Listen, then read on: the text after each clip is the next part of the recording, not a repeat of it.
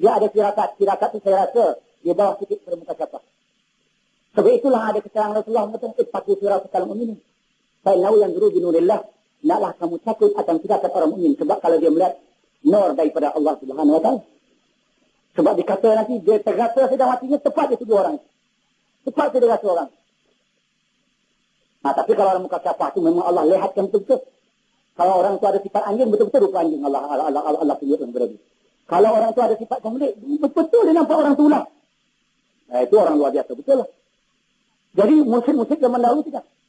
Dia bila mendidik pengikutnya, murid-muridnya, selain daripada amal yang asas, yang mesti bersama lah, amal-amal yang pokok tu mesti sama. Fudulul amal. Fadilat filal amal. Sama-sama amal. Ini tak sama satu sama lain. Ini berdasarkan penyakit-penyakit yang ada pada seseorang itu. Kalau dia tengok yang egonya bukan main. Tak mau berendah diri yang tu. Diperintahkan awak tidur sebulan namanya jangan orang minta sedekah dia. Kena buat lah. Kena buat. Dia nak mengaji dia. Kena buat lah. Itu orang sama ni. Kalau orang tu tengok nampaknya, Allah nafsunya bukan main ratus. Memberontak ya nafsu. Ini berbahaya. Awak katanya mesti puasa seminggu sungguh terang 2 kali. Dia kutuk puasa tu nak mempelemah nafsu. Kemudian orang lain pula umpamanya ada penyakit lain disuruh baca. Awak banyakkan baca la ya anta asana ini kuntum minadh-dhalimin. Yang orang lain buat suruh baca, awak baca subhanallah banyak-banyak. Yang orang lain boleh baca kulullah banyak-banyak. Sebab itu ada maksud kerana berdasarkan penyakit yang ada pada diri seorang. Sebab itu zaman dahulu gaya dan mimpi. Sekarang kita pakai sarah macam ini sajalah. Dah itu kemampuan kita. Kenapa? Begitu cara. Jadi cara kita berjuang melawan syaitan, kita naklah menutup pintu-pintu syaitan. Pintu-pintu syaitan itu tidak lain kalau bukan adalah penyakit hati kita. Penyakit sifat kita menrumah. Kemudian bagaimana kita nak lawan hawa nafsu pula?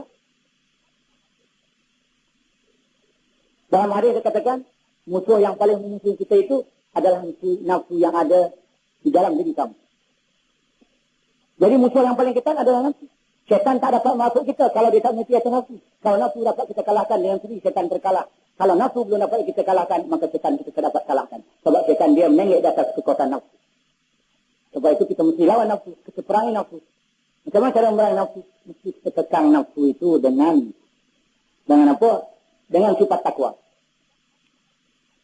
Jadi kalau kita nak kekang nafsu itu dengan sifat takwa, kena pula kita mengetahui. Pengetahuan yang agak luas sikit. Nak tahulah hukum macam. Nanti nafsu selalu membisikkan kita. Bila nafsu membisikkan kita, kena kita timbang dengan pengetahuan syariat. Apakah syariat membenarkan atau tidak? Bila dibenarkan oleh syariat, ayo terus. Kalau syariat tak membenarkan, kekang. Walaupun menderita jiwa kita, hati nak menuntut. Lawan dengan sifat takwa. Kekang dengan sifat takwa. Umpama sekali-sekala dia membisikkan.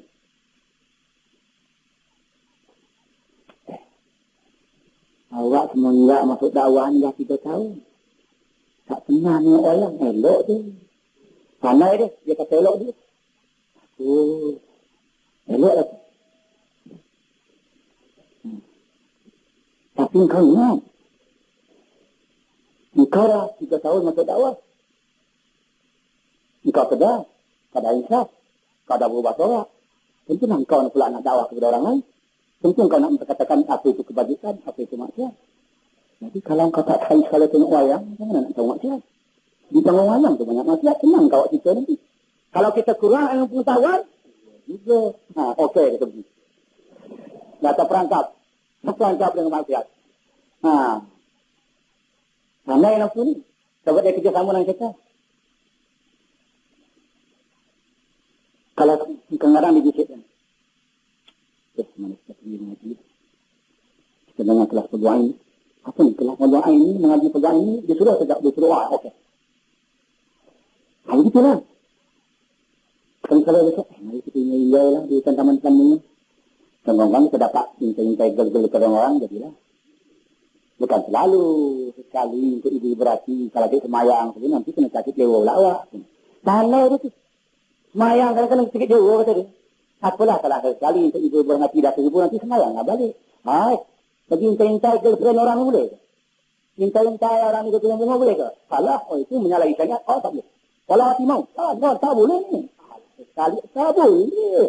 Sekali, mana boleh sekali? Fasiat sekali pun tak boleh. Kena lawan lah itu yang kata kekang sebatas lah. Itu sebab ilmu penting. Jadi para hadirin yang macam itulah lebih kurang ceramah dari saya. Cara kita berhadapan dengan golong 5 perkara tadi. Golongan mukmin atau benci, golongan kafir haddi, golongan munafik, golongan syaitan, dan golongan hawa nafsu. Jadi kalau kita dapat hadapi kelima golongan ini dengan sebaik-baiknya sesuai dengan ajaran Quran dan Sunnah, maka kita akan berjaya dalam hidup kita. Orang yang berjaya, kalau kita berjaya dalam hidup kita, artinya kita akan berjayalah di akhirat. Kalau kita berjaya di akhirat, tidak ada lain tempatnya yaitu surga. Mudah-mudahan Allah bisa memberikan pimpinan kepada kita, bisa memberikan satu dan hidayah kepada kita, agar kita bisa mendapatkan iman, bisa kita diberi pengetahuan memberikan kepada kita, sehingga kita dapat dipimpin kepada satu kebenaran, supaya kita bertindak dalam hidup kita ini dapat kita lakukan dengan sebaik-baiknya untuk keselamatan kita dunia dan akhirat kita. Sekian, kalau ada salah-salah dari saya minta maaf. Wabillahi taufiq wal hidayah. Assalamualaikum warahmatullahi taala wabarakatuh.